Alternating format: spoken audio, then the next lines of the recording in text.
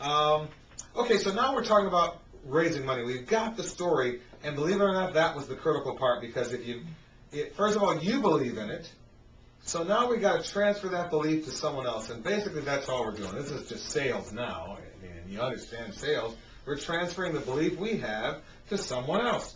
Well, how are they going to respond to your belief with money? Well, you already have the plan. You're the guy running it. They don't get to run it.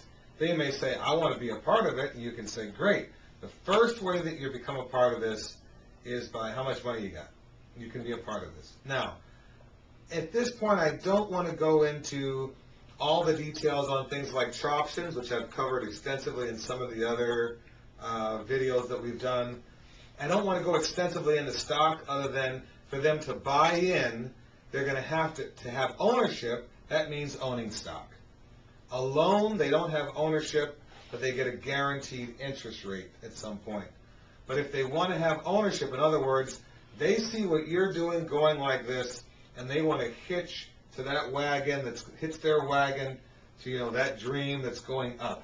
And to do that, they're going to have to write a check. They're going to have to come up with some money. And that's where we're at now. So you've got your thing on paper or on the internet, your plan. Simple, clear, like we were just talking about, Vince. It's interesting. When you're dealing with a private company and you're dealing with accredited investors, which means they're sophisticated. They're supposed to be sophisticated and have the ability to take risk and all that. You could write your plan on a napkin and give it to them and take their money.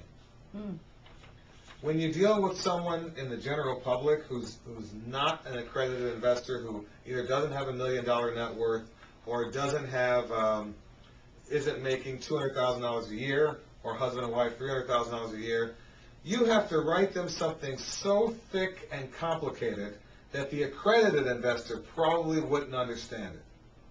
Now think about that.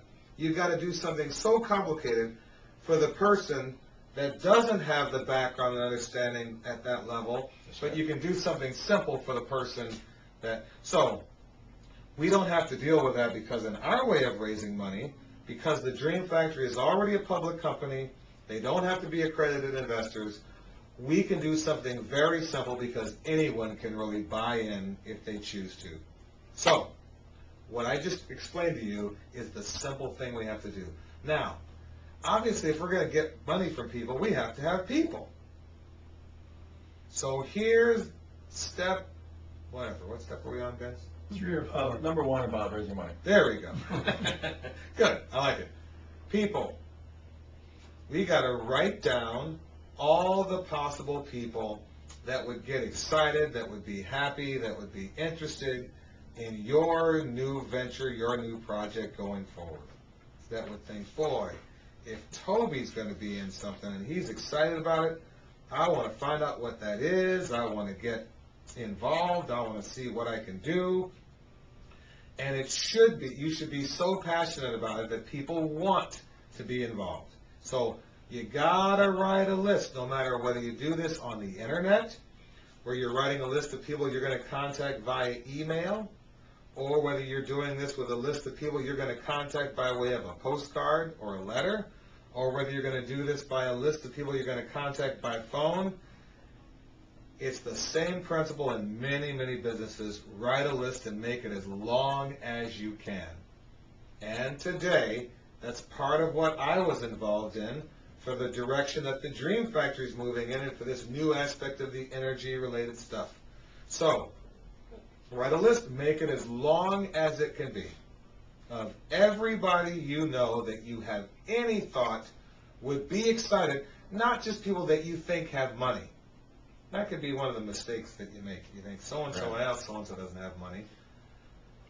People end up getting an inheritance, getting taxes back, which just happened for some people recently, or it's about to happen for some people recently. They get more than they, because of their stimulus, because of your president and mine. They get, and yours. Ours. They get our president.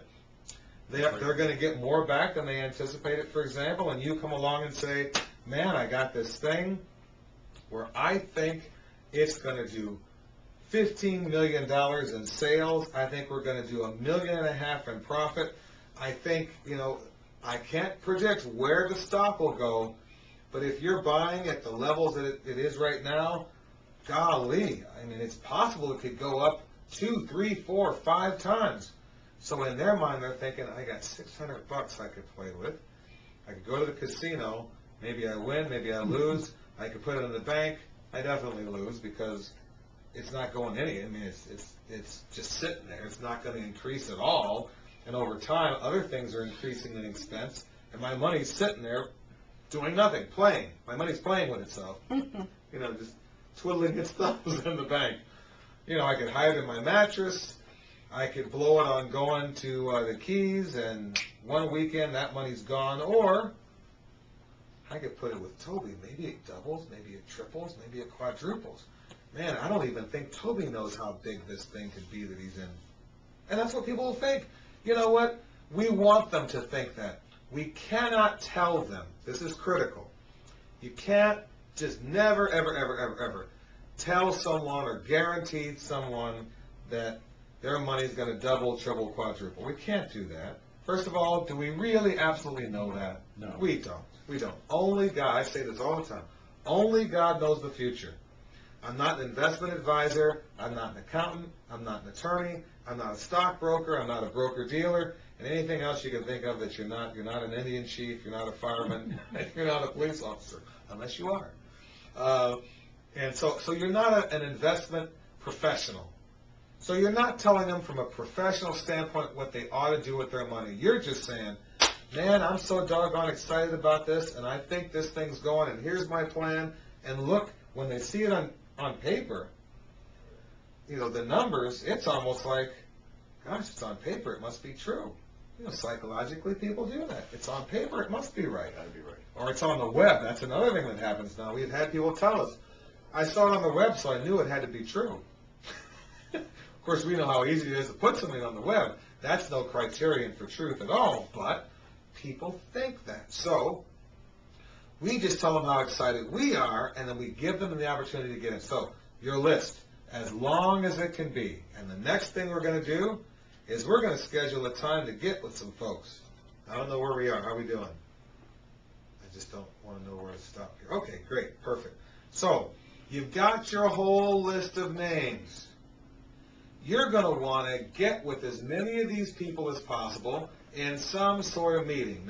Now with the internet, we can do a launch where on the same day that you have your meeting or evening that you have your meeting, and it can be as simple as 10 people gather at your home, 10 people at a restaurant, 50 people at those little rooms up they have at Denny's, like the Denny's up here, that they have a room, and all you got to do, I think it's like $2 a head you got to give them, or make sure you buy something to eat, and they're cool with that. And they're very flexible. I mean, they're really not actually counting every person that shows up in there. But you do want to give them a fair deal, and it's inexpensive. Or there are restaurants that won't charge you anything. They'll say, sure, you can use that little room as long as everybody gets a meal.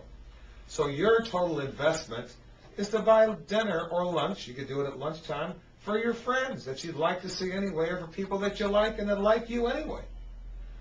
Doesn't have to be the most expensive thing. You could get hors d'oeuvres and sodas, or coffee and pastries. You don't have to go super expensive. But you invite them all together, you get them in a room, and now we are going to tell them about your project.